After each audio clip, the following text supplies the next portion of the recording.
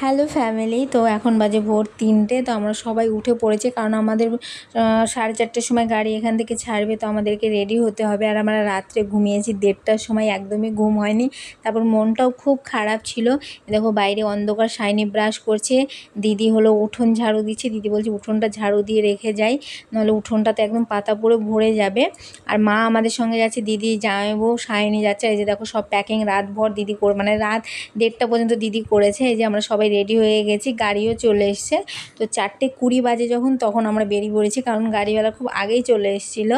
তাই এই যে আমি, আর এই যে দিদির কোলে পুচু সোনা, আর ওই যে শাইনি। তো আমাদের সঙ্গে নাদুস লাড্ডুও যাচ্ছে, গপুও যাচ্ছে। গপু তো আমার সঙ্গে যাবে, আর নাদু লাড্ডুও যাচ্ছে। তো আমরা খুব তাড়াতাড়ি পৌঁছে গেছিলাম, 9টার মধ্যে পৌঁছে গেছিলাম। তো এসে দেখি পুচুর বাবা পুচুর জন্য এত সুন্দর করে ঘরটা সাজিয়েছে। ওর আরও সাজানোর ইচ্ছে ছিল, কিন্তু আমরা খুব সকাল সকাল চলে এসেছি। আমাদের ওই 10টার মধ্যে ঢোকার কথা ছিল। তো সকালে সব বাজারঘাট করেছে, ঘরটার পরিষ্কার করে, তাই এইটুকুনও করেছে। তা আমি তো খুব হ্যাপি হয়ে গেছি যে ও একা হাতে এতটা করেছে পুচুর জন্য। তো আরও অনেক বেলুন এনে রেখেছে, যেগুলো একা আর ফুলিয়ে সাজাতে পারিনি। তো এই দেখো পুচু এসে ঘুমিয়েও পড়েছে। তো তোমরা সবাই কমেন্ট করে বলো।